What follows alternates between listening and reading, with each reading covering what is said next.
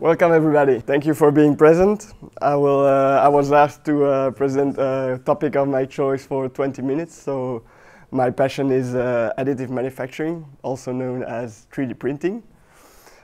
I will present you 3D printing in 20 minutes. It's a hard task to do, but I will try. So I will first, during this presentation, I'll try to answer two questions. Why 3D printing and how 3D printing? I'll begin with explaining the different technologies. Then I'll explain the application and the benefits of 3D printing for your industry or your business or your activity. Then I'll talk about how to, and I'll draw some simple conclusions. I hope you'll learn something today. First, a very small introduction about 3D printing for those of you who have no idea how it happens. We begin with a CAD model built in a CAD software. We then slice the model up in layers, which we are going to build on top of each other. The layer-by-layer approach has one downside, is that we can have a staircase effect on the side. So we will have like a staircase, which will, which is bad quality, bad surface quality. So the layer height is very important for the surface quality. The lower the layer height, the finer the quality. I've chosen two technologies to present to you today. It's a choice to reduce the amount of technologies because there are plenty of them, so it's only the most important ones. FDM, or fused deposition molding, is maybe the most well-known technology in 3D printing. It uses plastic filament as a base material, and it's printed on a build platform. So it's heated in the extrusion head and then deposited on the build platform layer by layer. The big plus of FDM is that it is fast, not the process itself, but the pre-processing and the post-processing. So what happens before and after the printing is very reduced. So you press print like you would do on a normal printer, and then your part comes out of the printer. It's cheap because the construction of the printer is very cheap. It happens in normal atmosphere. You don't need special products, special casings, high temperature or something. One great advantage is that you use engineering plastics, so plastics that can be loaded, that are strong, like ABS or other materials. The big downside is that it produces rough surface quality. So we have a layer height of 0.2 millimeter in normal conditions. If we want to print very fine detail, maybe 0.1 millimeter, but that's about it. So rough surface quality, simple parts. Because of the simple constructions, it's not possible to print very fine details. And then the parts that are printed have anisotropic properties. That means that you can't load the part the same way in every direction because the layers don't they don't stick together as good as the plastic itself is strong. Selective laser sintering or selective laser melting is the most used printing process in the industry. It has powder as base material and is deposited layer by layer on the build platform. It is then fused, sintered or melted by the laser on specific patches which are going to be melted or sintered. The advantage of this technology is that since we can achieve lower layer heights, the quality of the parts is much better. So we have a good print quality, better than FDM.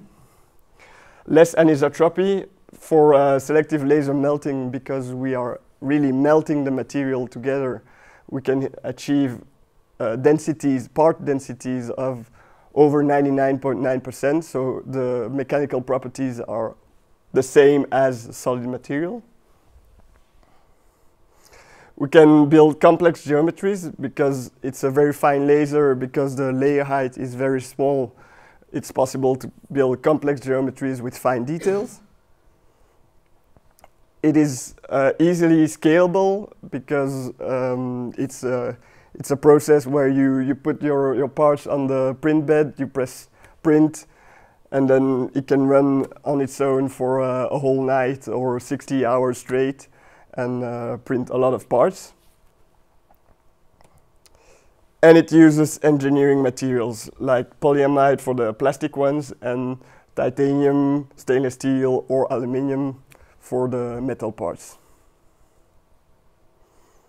So in summary, we have FDM, which is very fast, produces tough models, but can only print simple geometries.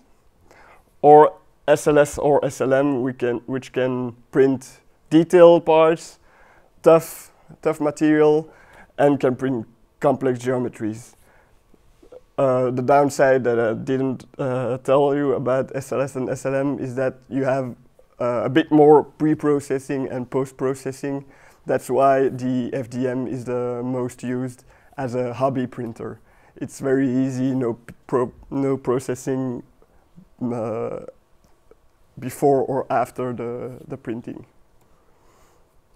So now the big question, why? Why should you implement 3D printing in your business or in your industry? Well, let me tell you some stories that I've read over the years that I've been following this technology. The first one I want to talk to you is Volkswagen in Portugal. They bought 7 Ultimaker printers. Those are FDM printers. And they use it to build tools, jigs, and fixtures for their production plant. So they really use 3D printers to do operational stuff. They could reduce lead times for those tools and jigs from a few weeks to a few days. They work now in a trial and error approach where they have a constant improvement. So they're not just buying a tool, using it. They want to improve every time, so it's a shorter cycle time. And they can listen much more to the input of the operator for the improvement of the process. This is an example of the wheel protection, which was sourced for 800 euros, a blistering 800 euros before 3D printing, and now just 21 euros. You see the lead time for one part got from 56 days to just 10 days with 3D printing. In the same factory, they use this badge jig to put the badge, Volkswagen badge, on the rear door. It was sourced for 400 euros, now for 10, and it took 35 days to get designed, produced, and delivered. Now they can print one in 4 days. And if it doesn't fit, try again, and it's a much more fast cycle time. Another great example is a robot gripper built by ABB and Materialise. It's a very simple construction. The arms here are hollow and compressed air is pushed in it. When you inject compressed air, the gripper closes. If you release the pressure, it opens. If you draw a vacuum, it expands even more. It's very light, so it's very suited to very fast robots, pick-and-place robots that are very fast. It's flexible and adaptive, so on the same production line, you can have parts of different sizes, different shapes, without changing the gripper. Here's another great innovation by Materialise with another gripper company where they made a web tool where you upload your products and you can, in 15 minutes, design a personalized gripper that you can then order and get delivered in 1 week. That's, I think, never seen with CNC production. If you have to make a new gripper, we would never have it in 1 week, which leads to a cost reduction of 50% in average. Here you can see the redesign of another suction gripper for a robot. This part was the old part. It was machined in steel. It was steel and aluminum. It had some reliability issues. What did they do? They designed it again with in mind the idea to print it. They had a lot more freedom of design, and they built a plug-and-play system with a drastic weight reduction from 240 grams to 60 grams, and a huge cost savings of 70%. Another great advantage of 3D printing is when you have an assembly of a lot of parts which are manufactured in a regular way, milling, injection molding, or other manufacturing methods. You can, if you design it with 3D printing in your head, you can build one part that actually replaces a lot of parts. Here, 20 parts became one part. When you have to fit 20 parts from 20 different manufacturers together, it's a big hassle to have the tolerances right. It's enormous energy that you have to put in to make sure everything fits. Here you have one part, so it's a much less hassle. And by the way, you get with that part reduction, you get 25% weight reduction and increased durability. So that's a fuel nozzle from General Electrics.